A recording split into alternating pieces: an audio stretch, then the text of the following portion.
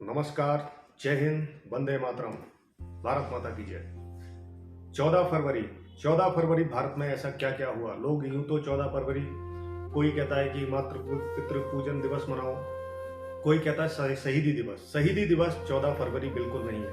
आप लोगों को बता देना चाहता हूं, ये भगत सिंह जी की अगर बात करें तो शहीदी दिवस नहीं है। नहीं तो 14 फरवरी 2019 पुलवामा अटैक निश्चित तौर पे बलिदान दिवस हम कह सकते हैं और कहा जाए भारत में इसको मनाना चाहिए, और ब्लैक डे भी हम इसको कह सकते हैं, क्योंकि 14 फरवरी 2019 को जो पुलवामा अटैक हुआ था उसमें हमारे 45 वीर जवान, भारत माता के वीर सपूत अपना बलिदान दिए थे, और एक कायरतापूर्ण हमले में उनकी जो शहादत हुई, उनको वीरगति प्राप्त हुई। निश्चित तौर पे हम इसे काला दिवस कह सकते हैं और कहा जाना चाहिए।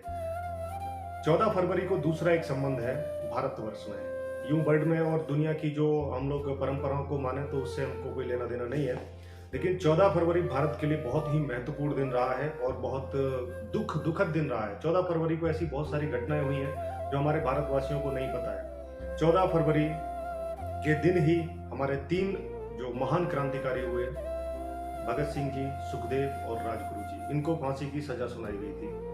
इसके साथ ही 14 फरवरी के दिन ही जो उस समय की लेजिस्लेटिव असेंबली थी, उनके सदस्य थे पंडित मदन मोहन मालवीय जी, जिनके बारे में शायद भारतवासियों को नहीं बताया जाता। सिर्फ गांधी जी और नेहरू जी के बारे में जिक्र हमेशा किया जाता रहा है। तो 14 फरवरी के दिन ही जो उस समय का वाइसरॉय था लॉर्ड एल्विन, तो उनको हमारे मालवीय जी ने एक पिटीशन दायर की थी जिसमें ये कहा गया था कि भगत सिंह, राजगुरु और सुखदेव की फांसी को माफ कर दिया जाए। आप थोड़ा बड़ा दिल दिखा के उनकी जो फांसी की सजा उनको सुनाई गई है उनको माफ कर दीजिए। और उसमें एक उन्होंने लेजिस्लेटिव असेंबली में भी एक उन्होंने स्पीच दिया था, वो मैं आपको पढ़ के सुनाता हूँ, जो उनका लेटर है उस समय का जो उनको दिया गया था। तो इस तरीके से हमारे भारतवर्ष में बहुत सारी घटनाएं हुई हैं जो हमारे भारतवर्ष के लोगों को नहीं पता है। जो मदन मोहन मालवीय जी का जो पत्र था उसमें जो कहा गया था, उन्होंने जो लेजिस्लेटिव असेंबली में कहा था, मैं आप लोगों को और वरिष्ठ अधिकारियों को बताना चाहता हूं कि वो लोग यानी भगत सिंह और बटुकेश्वर दत्त, ये जो उन्होंने जो बॉम्ब फेंका था उसका है, साधारण अपराधी नहीं है। उन्होंने अपने भले के लिए, खुद के लिए कुछ हासिल करने के लिए कुछ भी नहीं किया। सरकार की ओर से ये पहली गलती थी।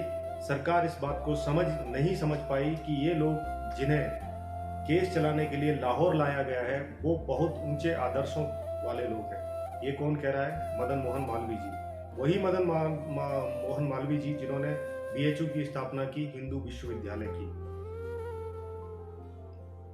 उन्हें इस बात से शिकायत थी कि उनके साथ विचाराधीन कैदी के तौर पर बर्ताव किया जा रहा है। उन्होंने सरकारी अधिकारियों को चिट्ठी लिखकर अपना विरोध भी दर्ज कराया था। इन चिट्ठियों में से एक वो चिट्ठी थी जो स्वयं भगत सिंह जी ने लिखी थी 17 जून 1930 को।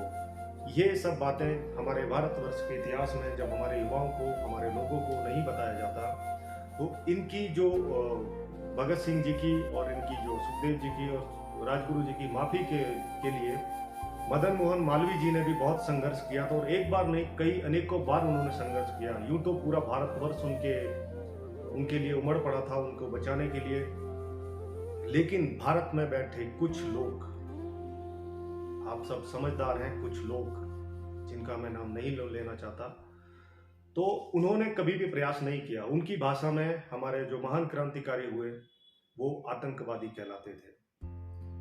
अंग्रेजी इतिहास में जो बलिदान जिन्होंने दिया उनकी संख्या 6,32,000 है, और उन सभी को हम पूरी जननी जन्मभूमि भारत की समस्त टीम की तरफ से उन सभी को सत नमन करता हूं। उनके बलिदान को हम नहीं भुला सकते कभी भी। और यूं तो 14 फरवरी के लिए सिर्फ एक छोटी सी जानकारी आपके साथ शेयर करनी थी। 27 फरवरी 1931 का वो दिन जो भारतवर्ष के लिए बहुत ही दुखद दिन था। इनके इस दिन भारत के एक महान क्रांतिकारी चंद्रशेखर आजाद जी का बलिदान दिवस भी है। तो की वीडियो 26 फरवरी को अपलोड किया जाएगा। 27 फरवरी को देखना ना भूलें। और हमारे जितने भी अभी ये कहा जाता है कि 14 फरवरी सिर्फ एक दिन अगर मातृ पितृ पूजन दिवस है तो मैं इसको नहीं मानता, क्योंकि मातृ पितृ जो पूजन दिवस है वो हर रोज होना चाहिए, क्योंकि माता पिता का जो त्याग और बलिदान है वो बहुत सर्वोपरि है। तो इसी के साथ आप सभी को नमस्कार, वंदे मातरम, जय हिंद।